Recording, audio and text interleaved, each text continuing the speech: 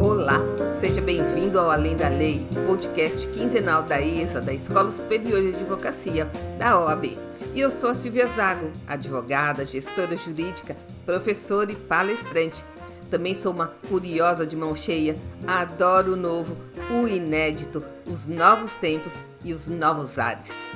E falando em novo, por aqui eu tenho dividido com você algumas percepções sobre as grandes mudanças, as tendências e os desafios do universo jurídico e do advogado contemporâneo, que vão desde as novas tecnologias até a demanda pelo desenvolvimento das soft skills, passando pelos novos métodos de gestão e pelas novas formas de se pensar e de se entregar o direito. Então, caso você tenha alguma sugestão de pauta, algum tema bacana que você gostaria de ouvir por aqui, é só mandar um e-mail para sileliaszago@gmail.com.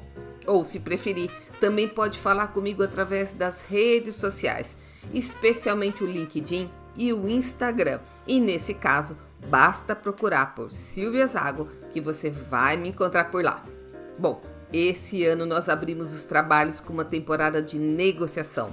Essa skill, essa ferramenta de construção das melhores soluções e da desconstrução dos maiores conflitos.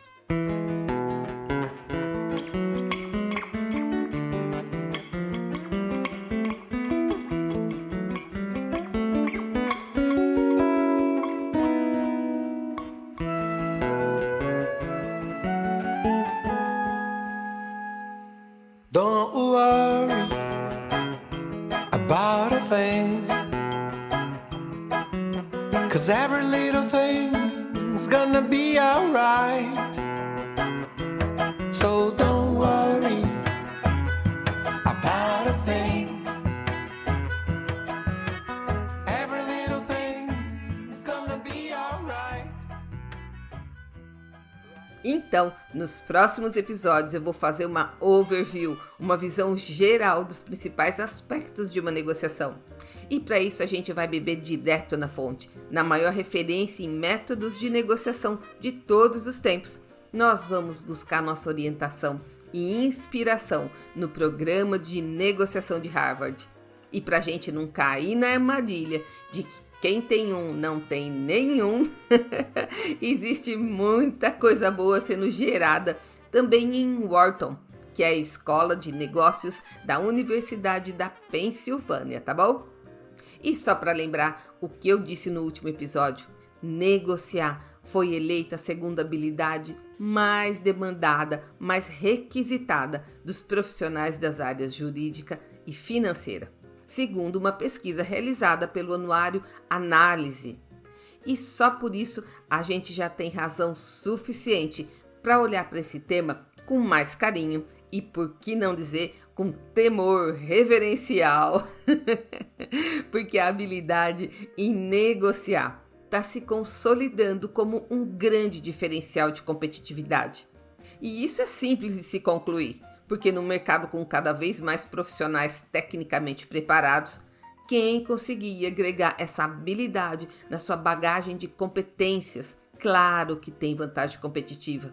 Então, aproveite bastante essa temporada, porque eu tenho certeza que ela vai ajudar a abrir seus horizontes para as muitas possibilidades de se obter resultados melhores, mais rápidos, menos onerosos e mais sustentáveis, sem ter que bater nas portas do judiciário.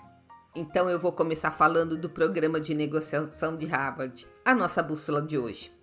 Ele foi criado na década de 80 e ele é fruto de uma pesquisa do William Ury, do Roger Fisher e do Bruce Patton, que além de cofundadores do programa de negociação de Harvard, também são coautores de uma das maiores obras sobre esse assunto e que hoje é também o livro que eu indico para você.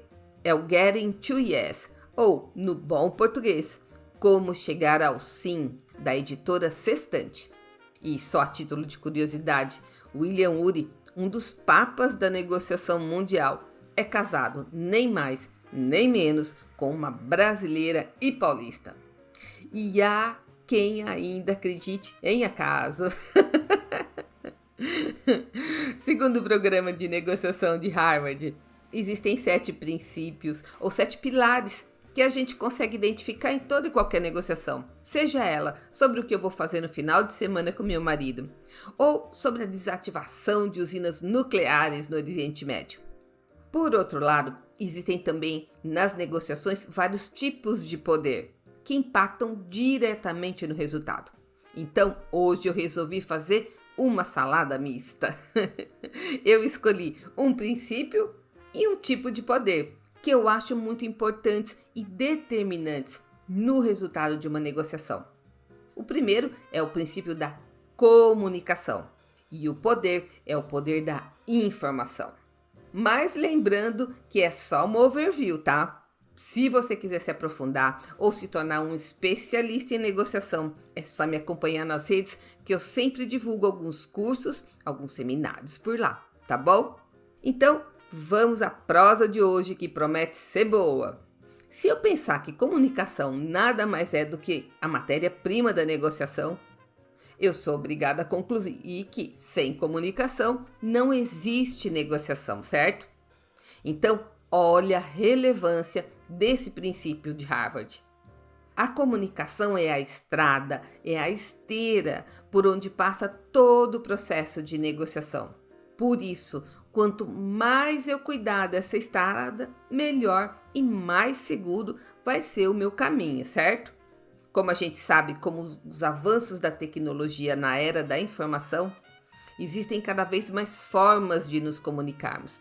E aqui está valendo tudo, desde tambores e sinal de fumaça até os emojis.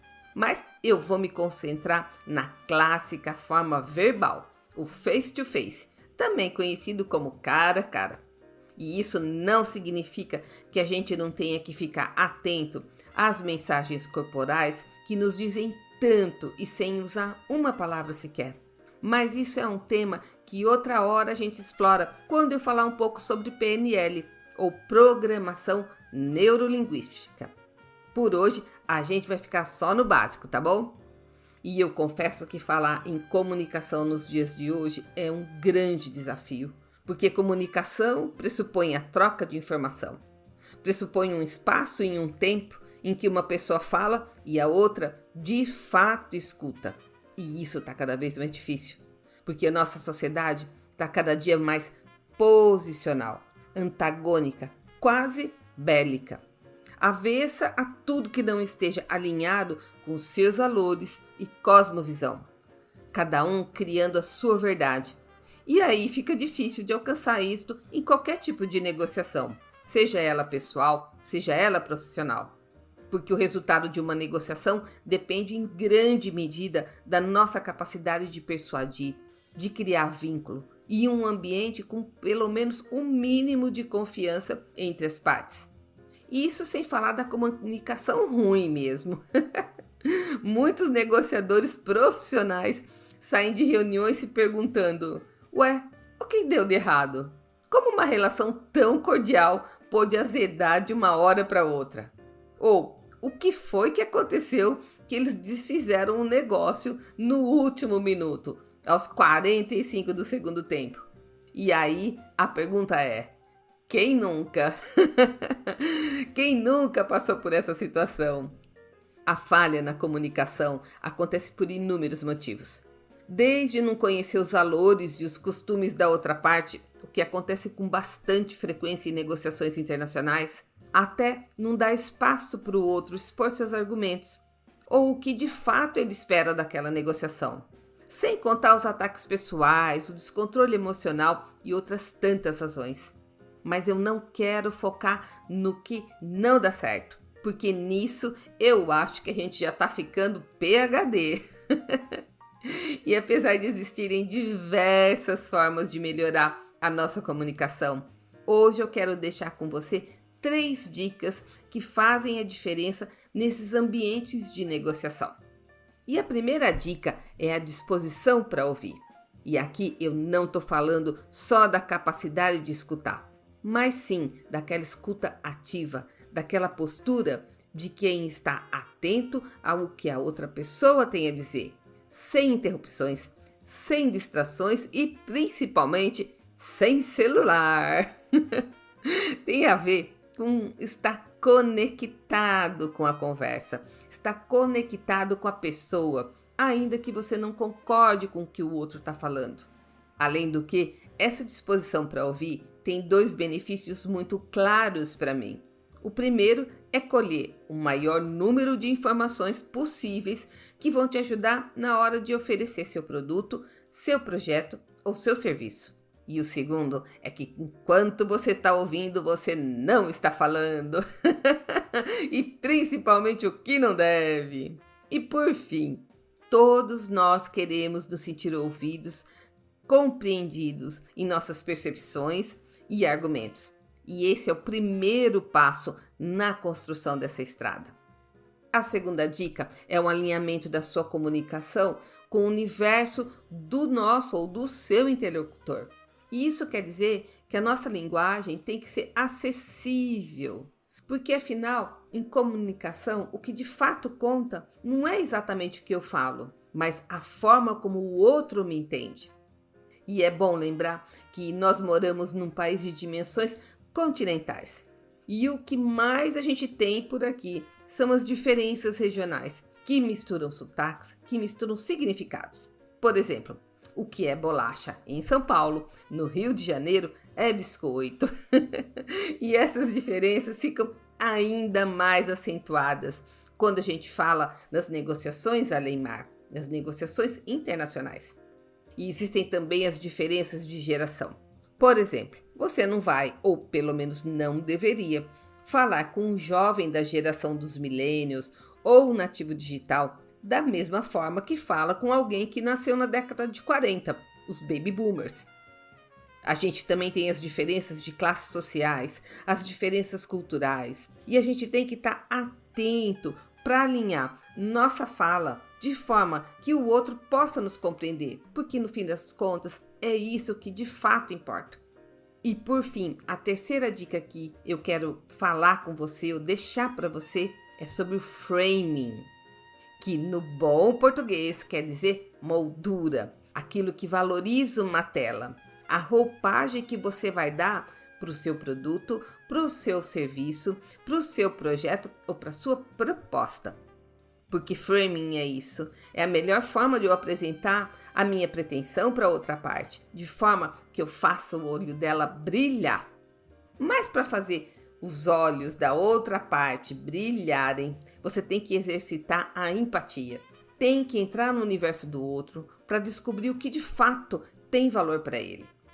Por exemplo, se você tem um projeto que, para ser implementado, tem que ser primeiro apresentado para o head financeiro ou CFO, nesse caso, o que você vai destacar para chamar a atenção dele? São os aspectos de proteção ambiental? Você vai chamar atenção para o impacto social? Não! Você vai destacar os ganhos ou a economia que o seu projeto vai proporcionar, porque você está falando com um homem de finanças. O mesmo vale se você apresentar uma proposta que envolva riscos para uma pessoa da geração dos baby boomers, que são totalmente avessos a riscos. Por isso, a definição do framing deve ser cuidadosamente definida na fase do planejamento. Agora, existe uma técnica muito interessante que todos nós conhecemos e que talvez a gente só não ligue o nome à pessoa. É a oferta de um produto ou serviço com base nos pontos de referência, ou seja, com base naquilo com que eu vou comparar. Por exemplo, se meu produto é muito caro, como que eu vou justificar esse valor?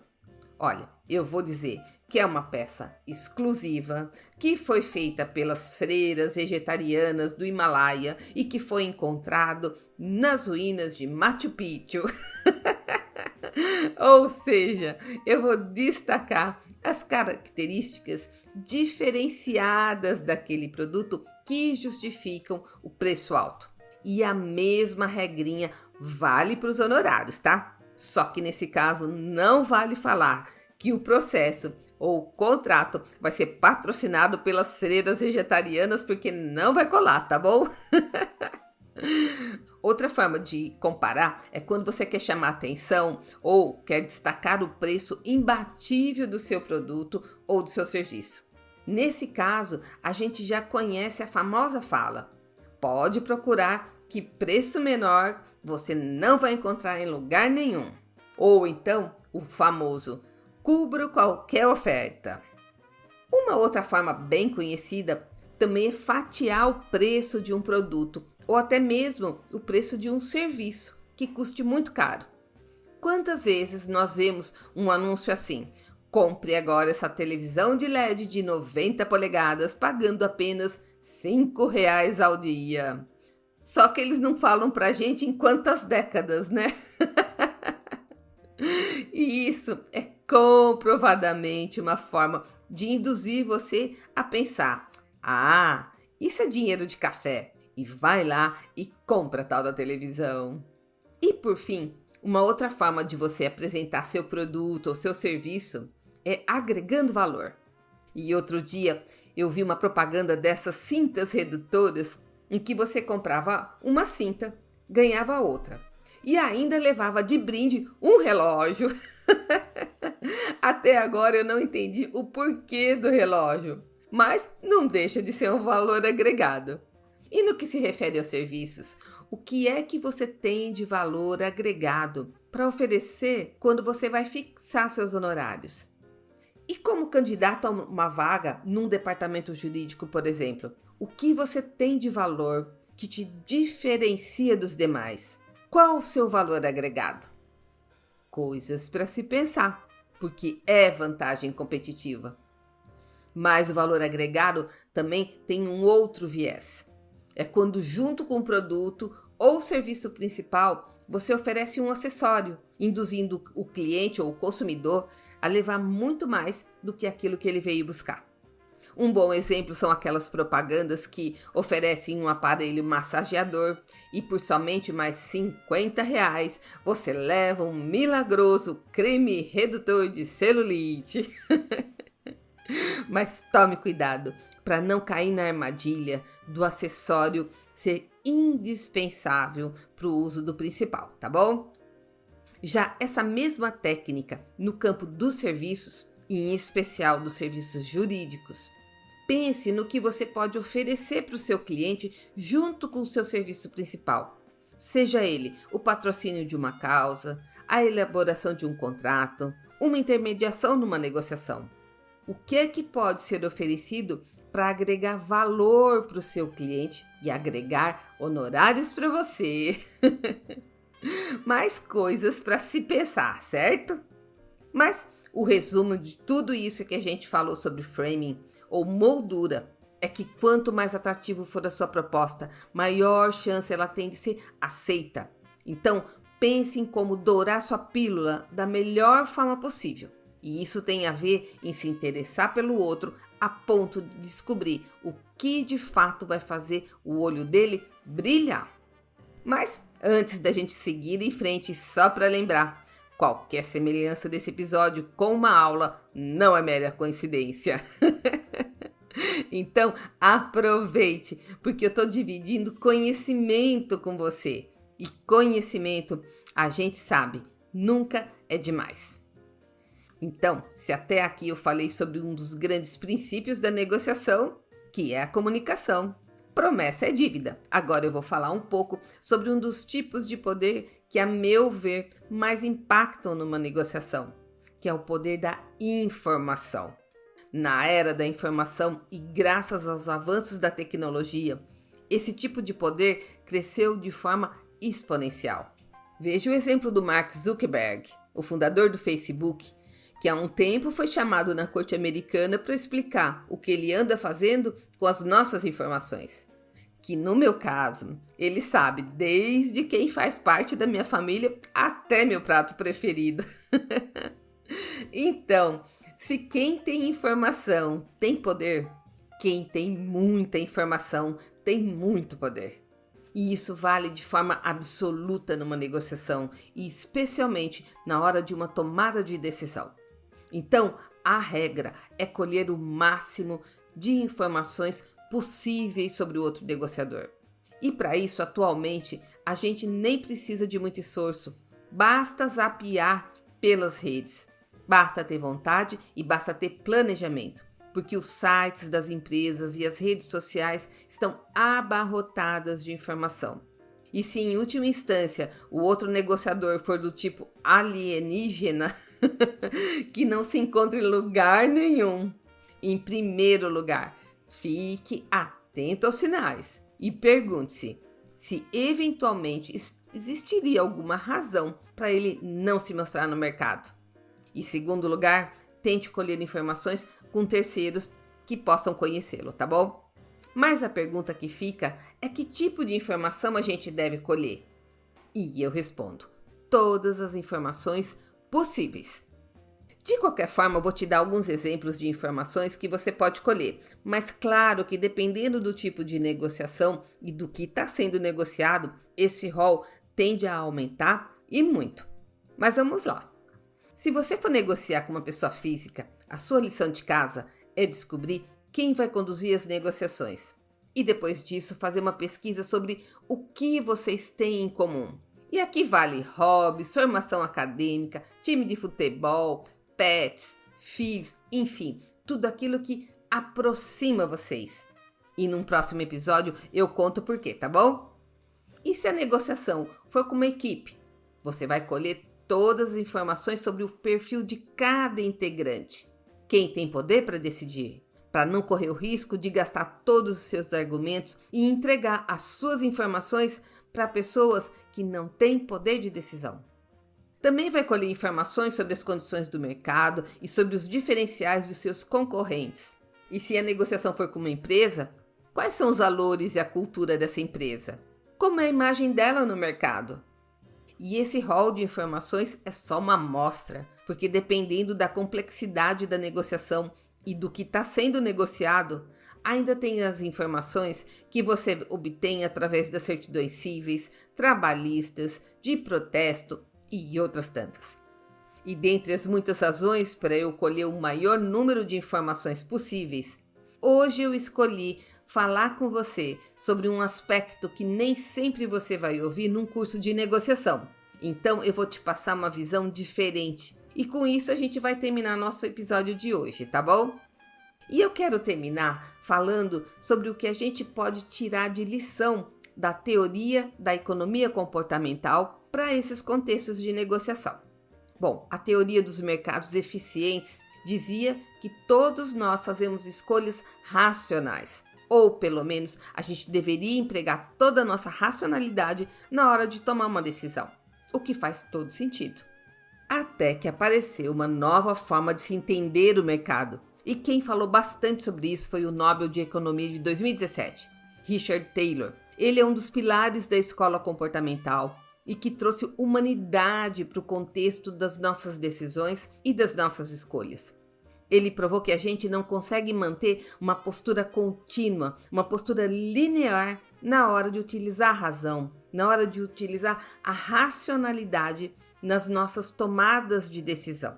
Ou seja, nesse aspecto, nós somos absolutamente bipolares. E aí, para complementar essa visão e ajudar a entender um pouco mais sobre os mecanismos que a gente utiliza na hora de tomar uma decisão, surgiu a teoria da racionalidade limitada, do Herbert Simon. Segundo essa teoria, quando a gente utiliza a razão para a tomada de decisão, ela nunca é plena. Ela está sempre limitada, em primeiro lugar, pelo quanto de informação está disponível sobre aquilo, está limitada também pelo quanto eu conheço sobre aquele assunto e, por fim, ela está limitada pelo tempo que eu tenho para tomar aquela decisão. Ou seja, nós nunca vamos ter pleno conhecimento de tudo e reunir todas as informações possíveis para usar numa tomada de decisão. E isso, para quem é perfeccionista, eu sei que é desesperador. Mas nós nunca vamos conseguir prever todos os riscos e as variantes envolvidas numa escolha. Nós vamos decidir e escolher com base no nosso repertório, com base naquilo que a gente experimentou, que a gente estudou e que a gente conheceu. E se a gente for andar a segunda milha, a gente vai encontrar o Daniel Kahneman, também Nobel de Economia, que no livro Rápido e Devagar utiliza a sigla WISEAT, que é a abreviatura de What You See is All There Is, que no bom português quer dizer o seguinte: tudo que você vê é tudo que existe. E isso quer dizer, dentre muitas outras aplicações, que de fato tudo que existe para mim está limitado ao quanto de informação eu reuni, às experiências que eu vivi e ao repertório que eu construí.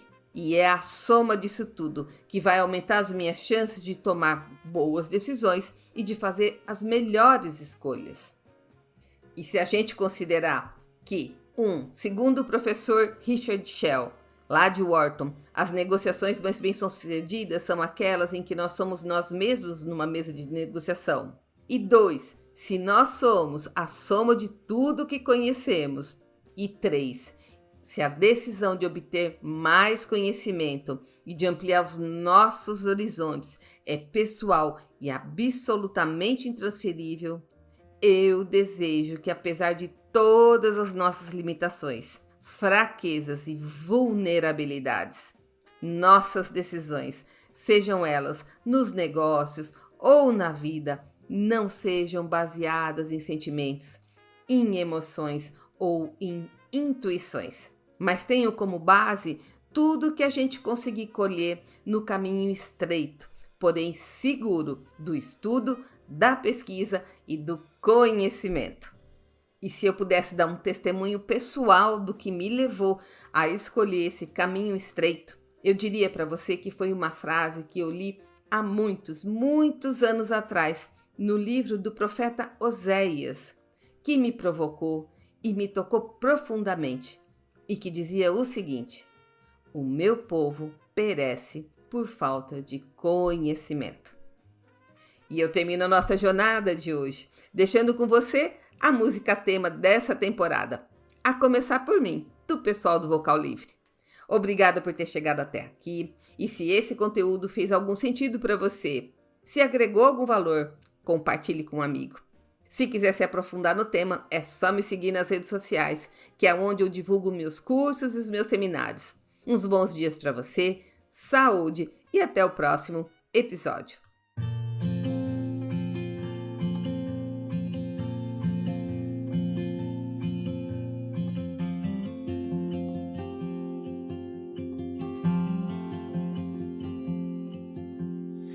Cedo me acorda a oração, é o coração que tá apertado para ver um mundo diferente da notícia repetida da televisão. Eu me pergunto onde é que foi, alguém me explica por favor, onde é que foi que nós desaprendemos a viver em união. Quero ver mudar, mas se eu aqui só esperar, eu sou um deles, sou só um deles. Minha oração só é real transformação se começar em mim. Haja mais amor a começar em mim, amor que eu tanto quero ver a começar em mim, a começar em mim. Quem me perceber, que antes possa me reconhecer, me descrever em teu amor.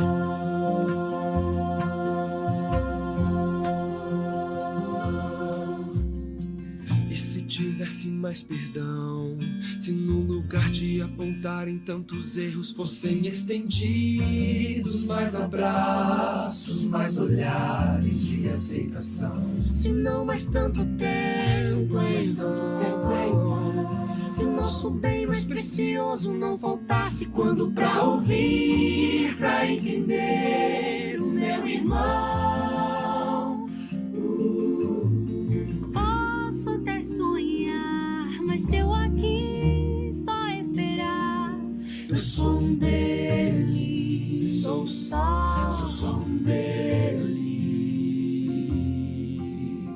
Minha oração só é real transformação se começar em mim.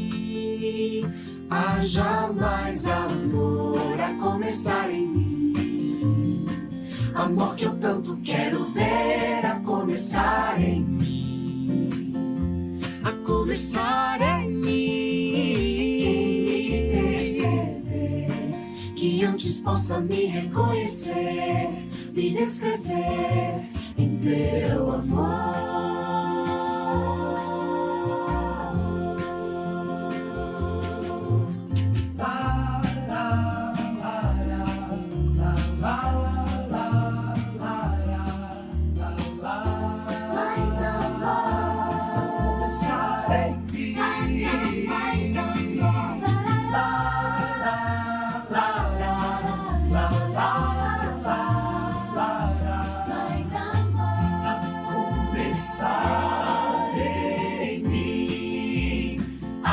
Mais amor a começar em mim, amor que eu tanto quero ver a começar em mim, a começar em mim.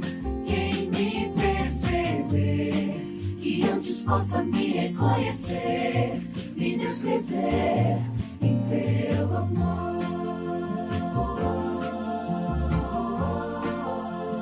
Quem me perceber, que antes possa me reconhecer, me descrever em teu amor.